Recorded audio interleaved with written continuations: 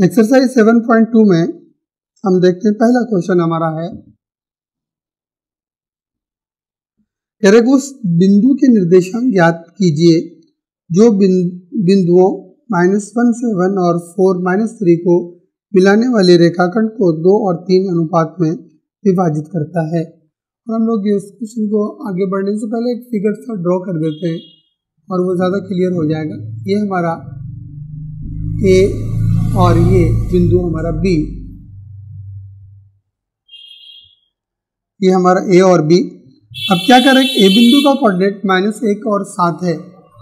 -1 और ये 7, और दूसरा बिंदु 4 और -3, और इस बिंदु का कोऑर्डिनेट हमारा है 4 और ये -3।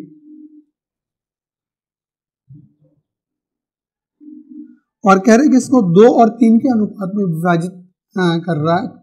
यानी कि एक बिंदु इस ए बी 2 और 3, मान लीजिए कि ये यहाँ पर एक सी बिंदु है 2 और 3 के अनुपात में, और यहाँ से यहाँ ये 2 भाग और ये यहाँ से ये हमारा 3 भाग।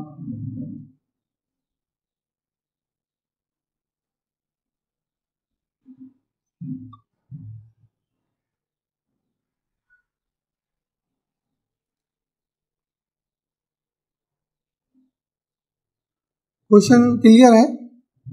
कि ए बी रेखाखंड को सी बिंदु 2 अलग अलग भागों में विभाजित कर रहा है। एक भाग यानी कि ए से सी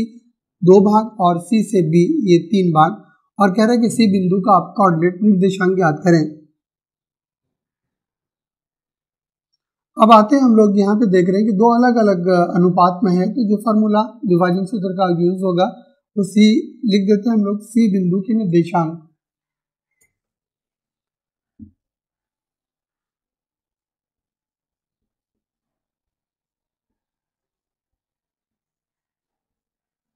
सी बिंदु के निर्देशांक। अब सी बिंदु का पहला निर्देशांक हमारा वो x, और फार्मूला हम जान रहे हैं क्या है formula, m1 x2 plus m2 x1 बटे ये m1 प्लस m2, ये हमारा फार्मूला है। अब आप देखिए कि फार्मूला में ये पहला भाग हम लोग इसको m1 मानते हैं, ये हमारा भाग m2, और ये x1 y1 और ये x2 y2। अब सबका मान इस फार्मूला पे हम लोग डालते हैं। m1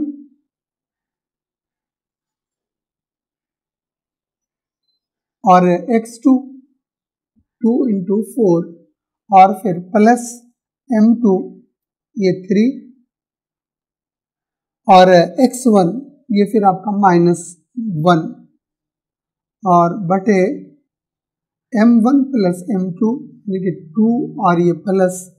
ये आपका 3। अब इसको आप सॉल्व करें, 4 को 2 से वो 8 हो गया, और प्लस अब यहाँ पे देखिए 3 और -1 है, आप सॉल्व करेंगे तो 3 × -1 तो -3, ये -3 और फिर बटे 2 और 3 ये 5, और सॉल्व करेंगे तो ब्रैकेट को हटाएंगे तो प्लस और माइनस, तो फाइनली ये हो जाएगा क्या, ये -8 - 3 और बटे 5, और ये 5 बटे 5 ये आपका कैंसिल, तो मान इसका हमारा 1 है।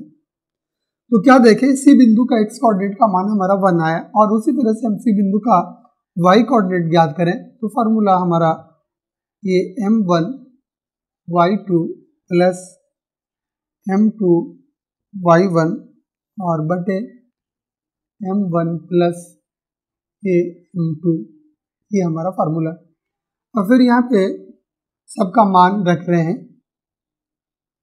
m1 हमारा 2 है और y2, यहाँ पे देखिए y2 का मान हमारा -3 और फिर प्लस m2 ये आपका 2 और y1 का मान हमारा 7, और फिर बटे यानी कि m1 प्लस m2 2 प्लस 3। अब इसको सॉल्व करें, माइनस है और यहाँ प्लस, तो 3 दूनी 6, ये आपका -6 प्लस 7 दूनी 14 और बटे 3 और 2 5। फिर यहाँ पे सॉल्व करें। अब क्या देख रहे हैं, माइनस माइनस और प्लस, माइनस तो 14 में 6 घटाए हम लोग 8 और इसमें बड़ी संख्या 14 है, इसका चिन्ह प्लस है इसलिए प्लस में होगा 8/5। तो हम क्या देख रहे हैं कि ये सी बिंदु जो हमारा है इसका x कोऑर्डिनेट और y कोऑर्डिनेट का मान हमारा यानी कि 1 और फिर 8/5 और यही हमारा आंसर हो गया। और वो यही मांग रहा था किसी बिंदु का कोऑर्डिनेट क्या होगा, और इस ढंग से हम लोग निकाल पाए कि 1 और 8/5 सी बिंदु का कोऑर्डिनेट निकला।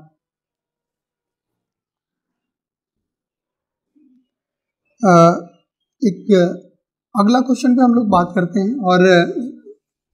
पहले क्वेश्चन को समझते हैं और फिर देखते हैं इसको आप लोग बना लेंगे या बनाने की आवश्यकता पड़ेगी। हाँ, क्वेश्चन नंबर 2 कह रहे कि बिंदुओं 4, -1 और -2 और -3 को जोड़ने वाले रेखाखंड को समत्रिभाजित करने वाले बिंदुओं के निर्देशांक ज्ञात कीजिए। एक कहिए विभाजन सूत्र की एक विशेष स्थिति वाला ये क्वेश्चन है। पहले हम लोग फिगर बनाते हैं कि ये हमारा ये ए बिंदु और फिर ये हम बी बिंदु, ए और बी, और इन बिंदुओं का कोऑर्डिनेट हमारा दिया हुआ है 4 और -1। ये 4 और -1 इस बिंदु का कोऑर्डिनेट, और -2 और -3, -2 और ये -3,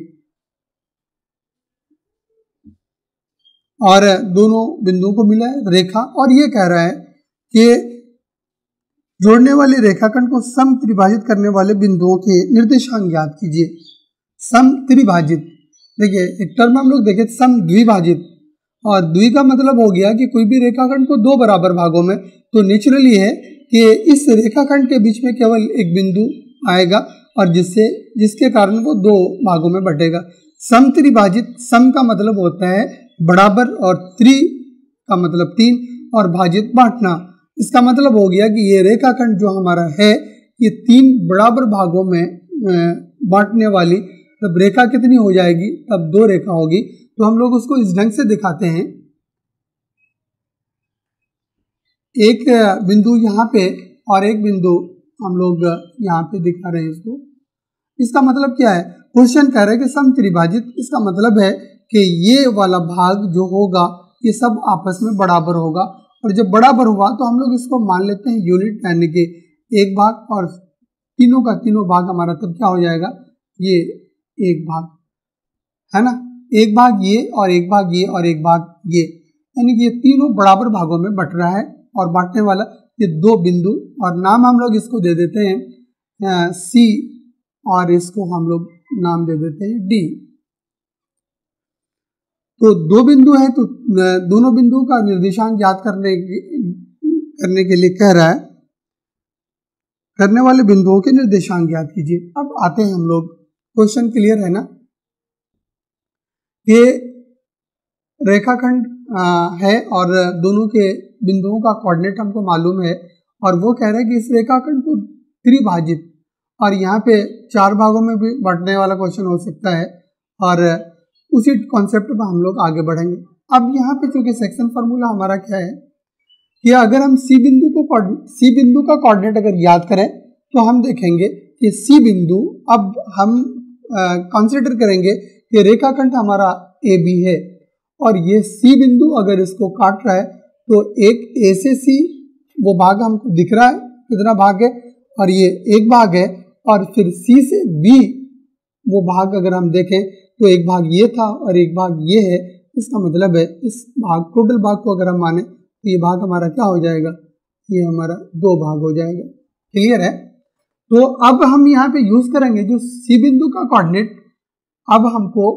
लेके जो चल रहा है M1 1 और M2 ये हमारा 2। एक हम अच्छा इसको बनाते हैं सी बिंदु के निर्देशांक।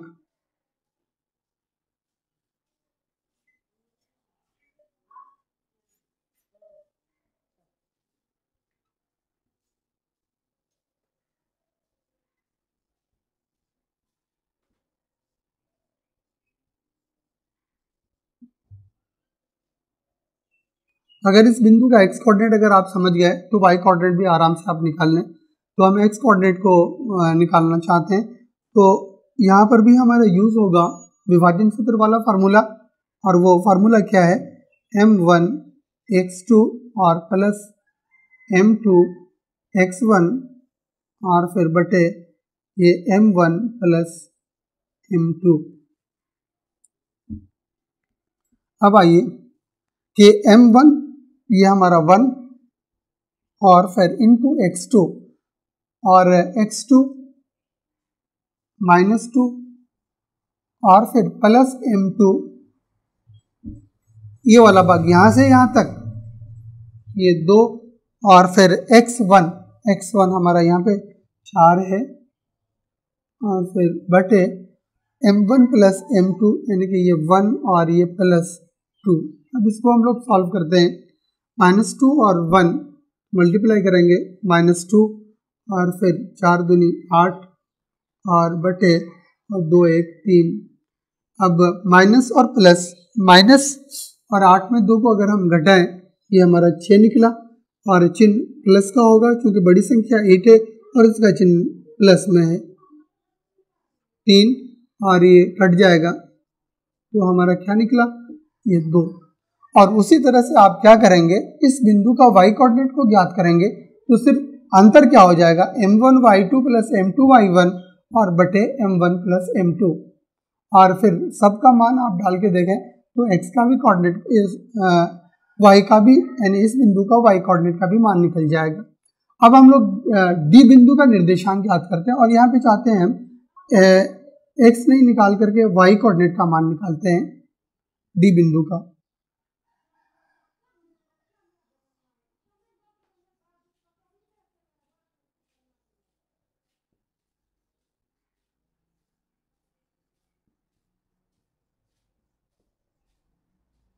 डी बिंदु के निर्देशांक,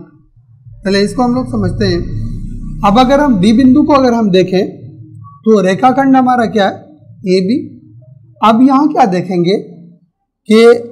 ये डी बिंदु इस रेखाखंड को फिर हम देख रहे हैं कि 2 अलग अलग अनुपात में ये बांट रहा है, वो क्या उसको समझते हैं। चूंकि हम लोग क्वेश्चन दिया हुआ था कि 3 बराबर भागों में, तो यहाँ से तो हम क्या देख रहे हैं कि एक भाग ये हमारा एक फिर ये भाग, और इसलिए अगर यहाँ से D का अनुपात देखें तो ये दोनों भाग जुटेगा तो ये क्या हो जाएगा, 2 भाग और ये वाला हमारा ये 1 भाग रहेगा। यानी कि थोड़ा सा फिगर यानी सी के कंपैरिजन में वो अनुपात अलग हो गया। यहाँ पे क्या था 1 और 2 का अनुपात और ये अब हो गया 2 और 1 का अनुपात। यहाँ पे इसी कॉन्सेप्ट को समझना था। अब डी बिंदु का अगर y कोऑर्डिनेट को अगर हम याद करें तो फार्मूला याद करें, क्या फार्मूला है, ये m1 y2 plus m2 y1 और बटे ये हमारा m1 प्लस m2। अब देखिए डी बिंदु का ज्ञात कर रहे हैं, फार्मूला हमारा है m1, तो m1 का मान कितना है 2 और y2 आपका -3 फिर प्लस m2 और m2 यहाँ पे हमारा आ गया 1 और y1 और y1 आप देखें -1 और फिर और m1 प्लस m2 और m1 हमारा 2 और फिर ये हमारा 1। इसको आगे 3 दूनी 6 यानी कि -6 और फिर 1 -1 और ये हो गया आपका फिर -1, डायरेक्ट भी कर सकते थे यहाँ पे। और जब ब्रैकेट को हटाएंगे तो -6 और ये माइनस और ये प्लस है ना, तो मल्टीप्लाई होगा तो फाइनली -1 ही होगा बचेगा, और फिर बटे ये 3 -6 और -1 माइनस माइनस प्लस, और चिन्ह माइनस का ही रहेगा, -7/3। तो अब आप लोगों को इस बिंदु का x कोऑर्डिनेट को निकाल लेना है, और फिर सी बिंदु का हम x कोऑर्डिनेट का मान निकाल दिए, और फिर यहाँ सी बिंदु का जो निर्देशांक आप ज्ञात किए, और या तो आप यहाँ भी लिख सकते हैं और यहाँ भी लिख सकते हैं। तो सी बिंदु का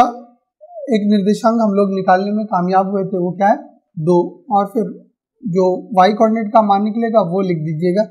या लास्ट में फाइनली जब आंसर आता है आपका तो यहाँ पे आप लिख सकते हैं सी के साथ,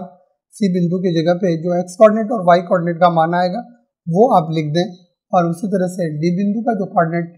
आया, जैसे x हम लोग नहीं निकाले लेकिन y कोऑर्डिनेट का मान निकाले, वो -7/3, और फिर आप आंसर लिख दें। तो ये हमारा प्रॉब्लम सॉल्व हुआ।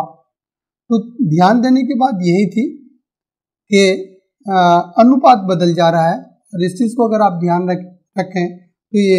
इस कॉन्सेप्ट पर आधारित बहुत सारे प्रश्न को आप हल कर सकते हैं। अब अगले क्वेश्चन पे हम लोग आते हैं, वो है क्वेश्चन नंबर 3, और बड़ा इंपॉर्टेंट प्रश्न है।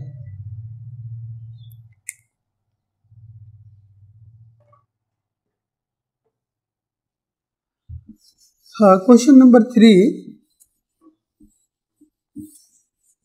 डायरेक्ट वो किसी बिंदु का कोऑर्डिनेट नहीं दे करके, मतलब वो एक स्टेटमेंट के रूप में प्रश्न को पूछ रहा है हम लोगों से, और फिर हम लोग उसका कोऑर्डिनेट पहले निर्धारित करेंगे कि आया उस बिंदु का कोऑर्डिनेट क्या होगा, और फिर आगे देखते हैं। पहले प्रश्न को समझने की कोशिश करते हैं। और ये हमारा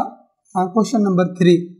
ये क्या कह रहा है क्वेश्चन में कि यहाँ पे अलग अलग दूरी के मतलब 100 गमले रखे हैं, और यहाँ पे अलग अलग ट्रैक बना हुआ है, और वो है 1 से 10 तक। और लेकिन यहाँ पे क्वेश्चन में कह रहा है कि ये दूसरे ट्रैक पे एक लड़की दौड़ रही है, ये दूसरा ट्रैक यहाँ पे बराबर दूरी पे अगर हम चलें तो इसको हम लोग दूसरा ट्रैक मानते हैं, और उसी तरह से एक ट्रैक और है वो 10 तक है, लेकिन यहाँ पे 2 ट्रैक की बात हो रही है, इसलिए हम लोग उसी 2 ट्रैक को लेकर चलते हैं, और ये हमारा 8वां ट्रैक। और कह रहा है कि ये लड़की जो दौड़ रही है, और वो ये जो दूरी है उसका 1/4 भाग, 1/4 भाग का मतलब है कि हमारा 100 भाग हो गया, 100 गमले रखे हैं, तो उसका 1/4 कितना हो जाएगा, ये आपका 25। तो यहाँ पे हम देखेंगे कि ये लड़की यहाँ पर इतनी दूरी तय कर एक झंडा गाड़ रही है, और वो है ग्रीन कलर का यहाँ पे, ठीक है। और फिगर में इसको नाम दिया था ए,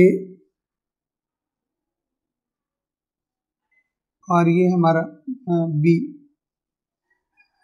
और एक झंडा यहाँ पे। और फिर 8वें ट्रैक पे एक स्टूडेंट और है जो आगे दौड़ रहा है इस रेस में, लेकिन वो कुल दूरी का यानी कि वो 1/4 25, और वो कुल दूरी का 1/5 भाग, यानी कि फिर 100 का अगर हम निकालें तो 5वां भाग कितना हो जाएगा, ये 20। और फिर ये स्टूडेंट यहाँ पे आकर के फिर एक झंडा को गाड़ देता है, और वो है हमारा रेड कलर का, ये रेड कलर का ये झंडा है, और ये थोड़ा सा बड़ा लिखते हैं दिखने में ऐसे नहीं, ये ग्रीन। और क्वेश्चन कह रहा है कि इन दोनों बिंदुओं के बीच, यानी कि जो झंडा गड़ा हुआ है मतलब इसकी दूरी क्या है वो हम लोगों को निकालना है। और स्वाभाविक है कि अगर बिंदुओं के बीच का कोऑर्डिनेट ज्ञात करें तो सबसे पहले उन बिंदुओं का इन दोनों बिंदुओं के बीच की दूरी ज्ञात करें, तो स्वाभाविक है कि इन बिंदुओं का कोऑर्डिनेट भी हमको मालूम होना चाहिए। तो अब हम देखते हैं कि ये जो बिंदु है, नाम हम लोग इसको जी ही दे देते हैं और ये आर दे देते हैं, झंडा ग्रीन है और यहाँ रेड है। अब ये बताइए कि जी बिंदु का कोऑर्डिनेट क्या होगा। अगर हम कॉन्सेप्ट आए तो कोऑर्डिनेट ज्ञात करने के लिए हम लोग कॉन्सेप्ट के आप सीधे जाइए कहाँ पे, एक्स एक्सिस की तरफ एकदम सीधे, तो हम लोग देखेंगे कहाँ पहुँचेगा, ये 2 पे, और इसलिए इस बिंदु का एक्स कोऑर्डिनेट 2, और फिर कितनी दूरी तय किया था, ये 1/4 भाग और ये दूरी का तब हो जाएगा 25। और उसी तरह से अगर R बिंदु का कोऑर्डिनेट ज्ञात करें, ये हमारा 8 पे और कुल दूरी कितना, ये हमारा 20, ये हमारा निकला। अब हम आसानी से इन दोनों बिंदुओं यानी कि हरा झंडा और ये फिर लाल झंडा के बीच की दूरी को हम आसानी से ज्ञात कर सकते हैं, क्योंकि हमको पता है इन दोनों बिंदुओं के का कोऑर्डिनेट क्या है। और स्वाभाविक है यहाँ पे डिस्टेंस फार्मूला को यूज करना पड़ेगा हम लोगों को। और डिस्टेंस फार्मूला अगर हम याद करें तो यहाँ नाम हम लोग चूंकि जी और आर को लेकर चले थे, तो फार्मूला याद करिए, अंडर रूट क्या था, x2 माइनस x1 का होल स्क्वायर और प्लस y2 माइनस y1 का होल स्क्वायर, यही फार्मूला हमारा ना। अब इस फार्मूले पे इस मान को आप डालिए। अब यहाँ जी आर दिए, तो यहाँ पे इसको हम लोग x1 y1 और इसको x2 y2 मानते हैं। फार्मूला में हमारा x2, तो x2 हमारा का मान कितना है 8 और x1 ये हमारा 2 और इसका स्क्वायर करें और फिर y2 हमारा ये 20 और y1 हमारा ये 25, इसका होल स्क्वायर। अब 8 में 2 गए, कितना बचा भाई 6, और 6 का स्क्वायर डायरेक्ट हम लोग लिख सकते हैं, लेकिन एक इसके बढ़ जाते हैं। और फिर 20 माइनस 25 प्लस और माइनस, माइनस तो 25 में 20 कटा आपका 5 और चिन्ह आपका माइनस का ही रहेगा ये। अब इसको हम लोग 6 के 36 और फिर -5 है और स्क्वायर है, पावर इवन नंबर, तो ये आपका 25 और जोड़ दीजिए 6 5 11, 3 2 5 1 6, यानी कि रूट 61।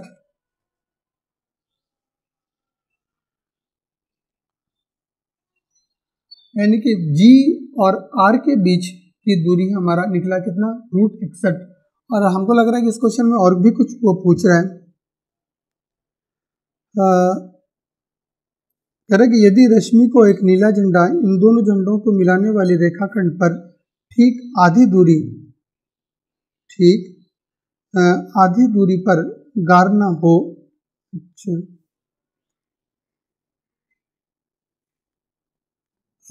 आधी दूरी पर गारना हो तो रेखाखंड कहाँ गए भाई, यदि रश्मि को एक नीला झंडा इन दोनों झंडों को मिलाने वाली रेखाखंड पर ठीक आधी दूरी पर गारना हो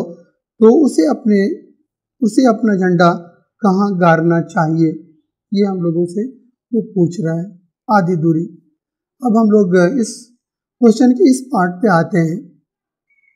कहने का मतलब है कि ये हमारा G और R और इसकी जो भी दूरी है, अब एकदम यहाँ पे बराबर दूरी, एकदम बीच की बात अगर हम करें तो बीच वाला भाग हमारा ये होगा, स्वाभाविक है। अब यहाँ पे प्रश्न उठता है और वो कौन सा झंडा गाड़ रही है,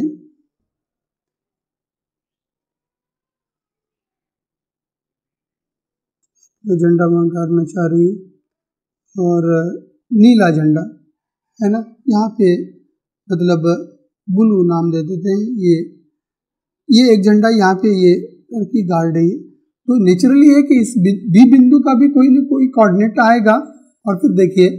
अगर इस बिंदु का कोऑर्डिनेट अगर हम ज्ञात करें तो हमको फिर वो डिस्टेंस विभाजन सूत्र का एक वो विशेष परिस्थिति वाला मतलब कॉन्सेप्ट यहाँ पे आ रहा है। ये दो अलग अलग बिंदु और बिंदु को एक बीच में एक बिंदु, दो बराबर भागों में, बीच का मतलब हो गया बराबर भाग में, तो हम देख सकते हैं कि इस बिंदु का कोऑर्डिनेट क्या होगा, बी बिंदु का।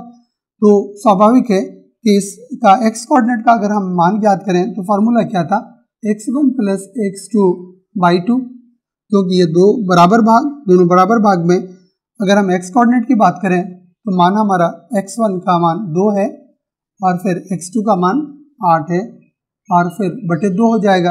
8 2 10 और बटे 2 का मतलब है ये 5। इसका मतलब है ये 5वें ट्रैक पे, यानी कि ये यहाँ जाएंगे तब तो मान 5 आया, इसका मतलब है ये कौन सा ट्रैक होगा, यानी कि 5वें ट्रैक पे। ये तो इस बी बिंदु का एक्स कोऑर्डिनेट हम लोग ज्ञात किए, और वो है हमारा, और इसको इधर दिखाते हैं क्योंकि इधर फिर इस बिंदु का कोऑर्डिनेट हमारा निकला, यानी एक्स कोऑर्डिनेट का मान 5, और देखते हैं कि इस बिंदु का वाई कोऑर्डिनेट का मान क्या निकलेगा, और फिर वही फार्मूला हमारा y1 और प्लस y2/2। y1 देखें आप, ये 25 और फिर 20 और बटे 2 और 45 बटे 2, और इस बिंदु का जो कोऑर्डिनेट निकला वो हमारा निकला, यानी कि 45 और बटे 2, ये इस बिंदु का कोऑर्डिनेट। और वो हम लोगों से पूछ रहा है कि कितनी दूरी पर वो झंडा गिरेगा। अब इस बिंदु का कोऑर्डिनेट हमको निकल गया 5 और 45 बटे 2, ये 2 है। और अब इस बिंदु का कोऑर्डिनेट अगर हम ज्ञात करें तो हम क्या देख रहे हैं कि ये एक्स एक्सिस पर स्थित है, इसलिए इस बिंदु का कोऑर्डिनेट क्या होगा। जब एक्स एक्सिस पर स्थित है तो हम लोग एक कॉन्सेप्ट को लेकर चले थे कि अगर एक्स एक्सिस पर कोई बिंदु है तो उसका वाई कोऑर्डिनेट का मान आपका 0 हो जाएगा। तो इस बिंदु का कोऑर्डिनेट क्या हो गया, 5 और ये 0। क्लियर है, यानी कि 5 और 0। और फिर कह रहा है कि ये कितनी दूरी पर जाकर ये झंडा गाड़ रही है ये लड़की ब्लू कलर का। अब यहाँ पे हम लोग क्या करेंगे, इन दोनों के बीच की दूरी को ज्ञात करते हैं, यानी कि इस बिंदु का और इस बिंदु का। ठीक है, ए बी हम लोग जी आर नाम दिए थे, और चूंकि अगर बी नाम रखते हैं ये ऑलरेडी यहाँ पे है, और कोई नाम हम लोग दे देते हैं, सी नाम दे देते हैं इसको, ये हमारा बिंदु सी है। ठीक है, जहाँ पे ये ब्लू रंग का झंडा ये लड़की गाड़ रही है, और वही क्वेश्चन हमसे पूछ रहा है कि कितनी दूरी पर। ए बी सी और डी, और इस बिंदु को हम लोग ई नाम देते हैं, यानी कि और अगर हम निकालें ई और सी तो फार्मूला हमारा क्या हो जाएगा, डिस्टेंस फार्मूला यूज करना पड़ेगा, यानी कि x2 माइनस x1 का होल स्क्वायर और प्लस y2 माइनस y1 का ये होल स्क्वायर। अब यहाँ पे हम लोग मान डालते हैं इसका,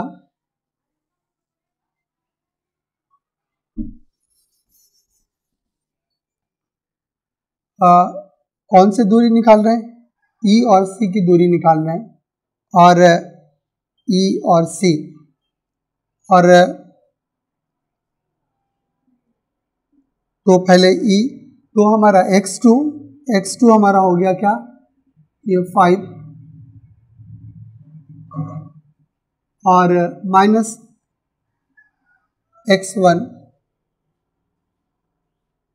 x2 माइनस x1, और फिर ये भी हमारा 5 और प्लस y2 हो गया हमारा 45 बटे 2, और फिर माइनस क्या है फार्मूला y2 माइनस y2 इसको लेके चले हैं, और y1 ये हमारा 0, और ये हमारा ये स्क्वायर। अब इसको हम लोग सॉल्व करते हैं, ये 5 में 5 चला गया, क्या बचा भाई 0 स्क्वायर, और अगर इसको निकालें ये 45 बटे 2 का ये हमारा ये स्क्वायर, और ये तब हो जाएगा क्या, ये 0 स्क्वायर में 0, और फिर 45 बटे 2,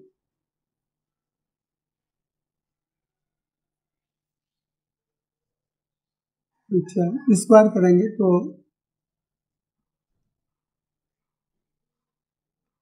ये, अगर स्क्वायर फाइनल निकालेंगे तो रूट है दोनों पे, तो एक 45, और फिर ये हमारा, या यहाँ पे डायरेक्ट कर सकते थे कि ऊपर में हमारा रूट है और स्क्वायर है, तो फाइनली हमारा खत्म हो जाएगा। एक स्टेप ये अनावश्यक है फिर भी। अब ये निकल कर आया हमारा ई और सी, और वो क्या 45/2। अगर इसको हम सॉल्व कर दें तो 2 दूनी 4,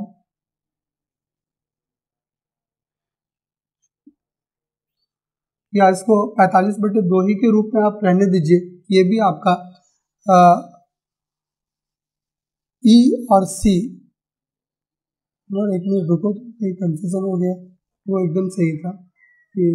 22.5, ये आंसर एकदम सही जा रहा था। इसको फिगर को ये कर लेते हैं, उसको एडिट कर पाओगे फिर जब इसको सॉल्व करेंगे, ये हमारा 22.5। थोड़ा सा फिगर कॉम्प्लिकेटेड हो गया, तो इस फिगर को हम लोग उसी टाइम थोड़ा सा बढ़ा करके देखते हैं। और वो फिगर क्या है, ये कह रहा है कि यहाँ पे एक दौड़ प्रतियोगिता में अलग अलग ट्रैक बना हुआ है एक्स एक्सिस पे, और ये वाई एक्सिस पे ये 100 है ना गमले रखे हुए हैं,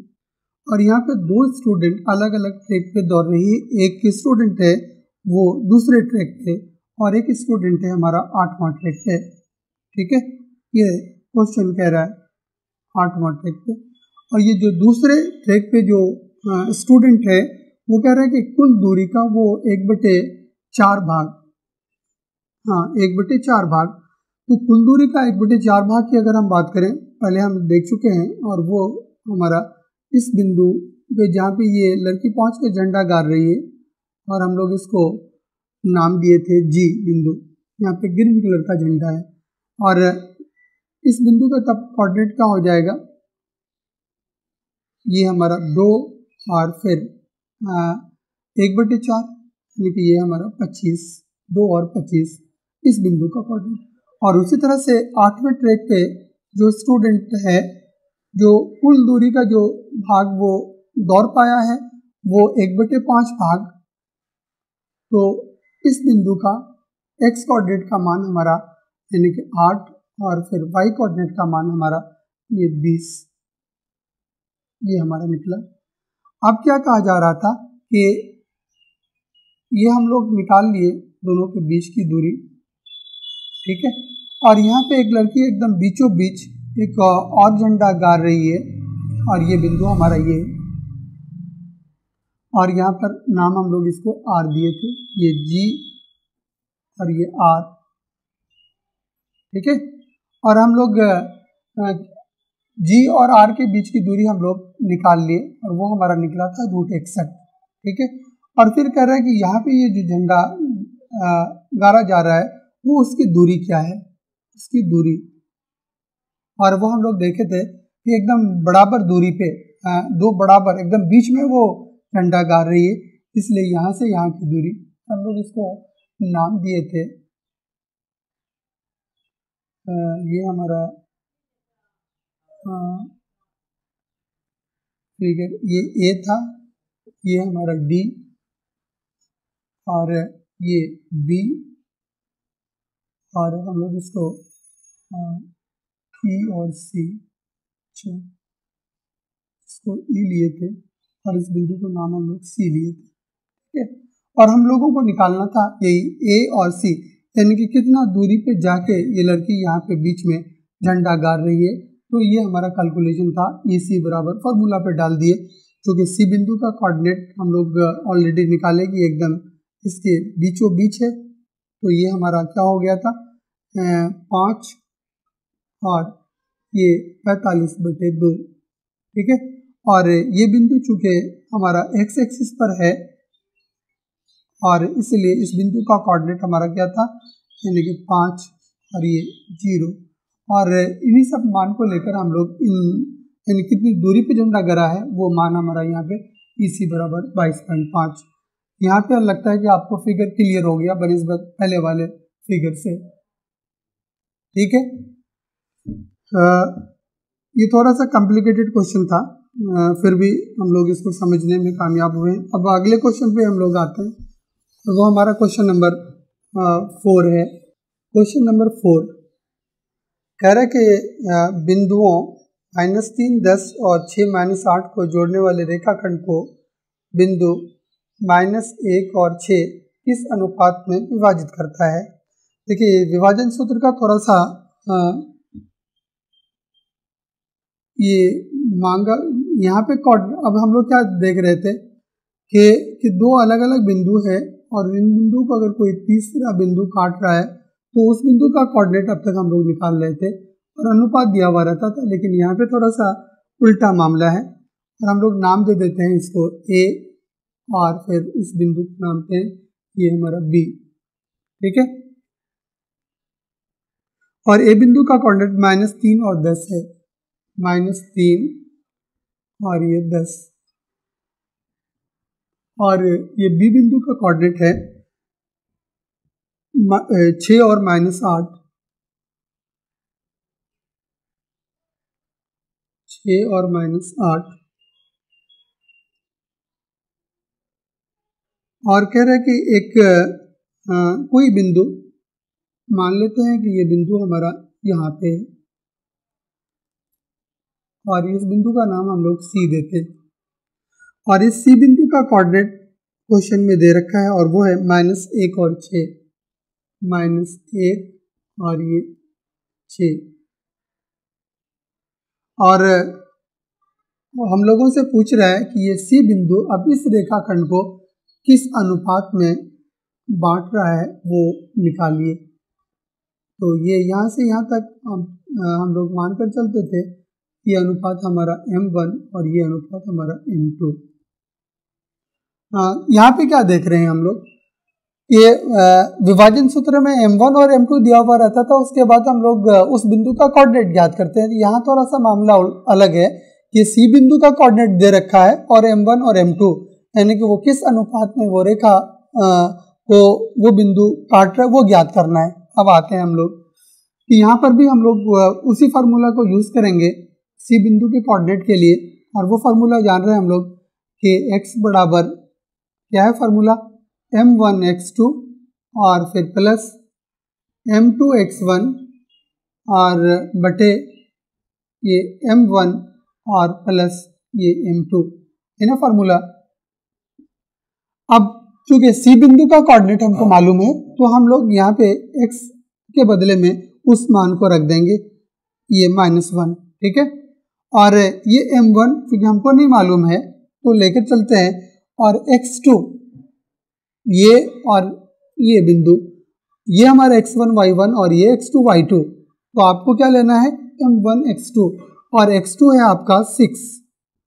और फिर प्लस m2 नहीं मालूम और x1 हमारा दिया हुआ है और वो है -3। सबका मान जो था वो डाल दिए और m1 और फिर प्लस ये m2। अच्छा, अब आगे हम लोग बढ़ते हैं। ये m1 और m2 हम इसको समझाने के लिए ऐसा लिख सकते हैं ना, क्योंकि क्रॉस मल्टीप्लिकेशन करेंगे ये दोनों का दोनों टर्म आपस में 1 के साथ मल्टीप्लाई होगा फिर -1 के साथ, तो हम समझाने के लिए ऐसा लिख देते हैं ये m2 और इक्वल टू 6 इंटू m1, ये 6m1। अब यहाँ पे देखें यहाँ -3 और m2 है तो फाइनली -3m2 और फिर ब्रैकेट में रखेंगे और फिर जब सॉल्व करेंगे तो ये माइनस इस माइनस के साथ मल्टीप्लाई होगा तो फाइनली क्या हो जाएगा -3m2 हम लिख सकते हैं डायरेक्ट यहाँ पे। और अब इसको सॉल्व करिए, -1 जब -1 के साथ मल्टीप्लाई होगा तो -m1 और फिर ये -m2 और इक्वल टू ये 6m1 और -3 ये m2, ठीक है। अब हम लोग इसको ऐसा करते हैं ये m1 वाले टर्म को एक तरफ लेके आते हैं,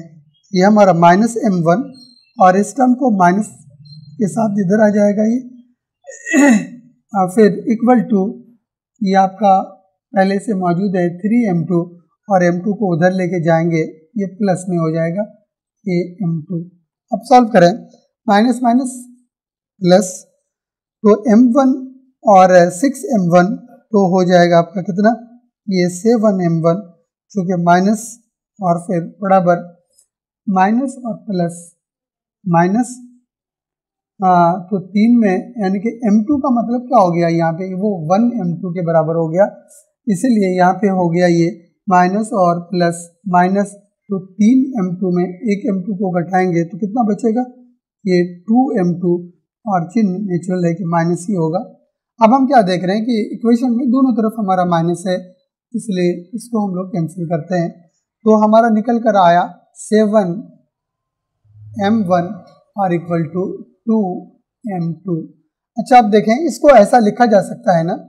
ये m1 और m2 को हम इधर लेके आ जाते हैं और फिर ये इक्वल टू 2/7, ठीक है। क्रॉस मल्टीप्लिकेशन करेंगे तो वही स्थिति आ जाएगी ना, तो हम लिख सकते हैं। तो क्या देख रहे हैं यहाँ पे हम लोग कि m1 और m2 का अनुपात हमारा क्या निकला, 2 और 7 का, और हमको यही पूछा जा रहा था कि वो किस अनुपात में। इस बिंदु का y कोऑर्डिनेट निकालने की जरूरत नहीं है, क्योंकि वो भी निकालेंगे तो m1 और m2 का अनुपात आपका यही निकलेगा। क्योंकि हमसे अनुपात पूछा जा रहा था, इसलिए x कोऑर्डिनेट की सहायता से ही हमारा वो आंसर निकल कर आता है। तो वो आंसर हमारा 2/7 और यही हमारा आंसर हुआ।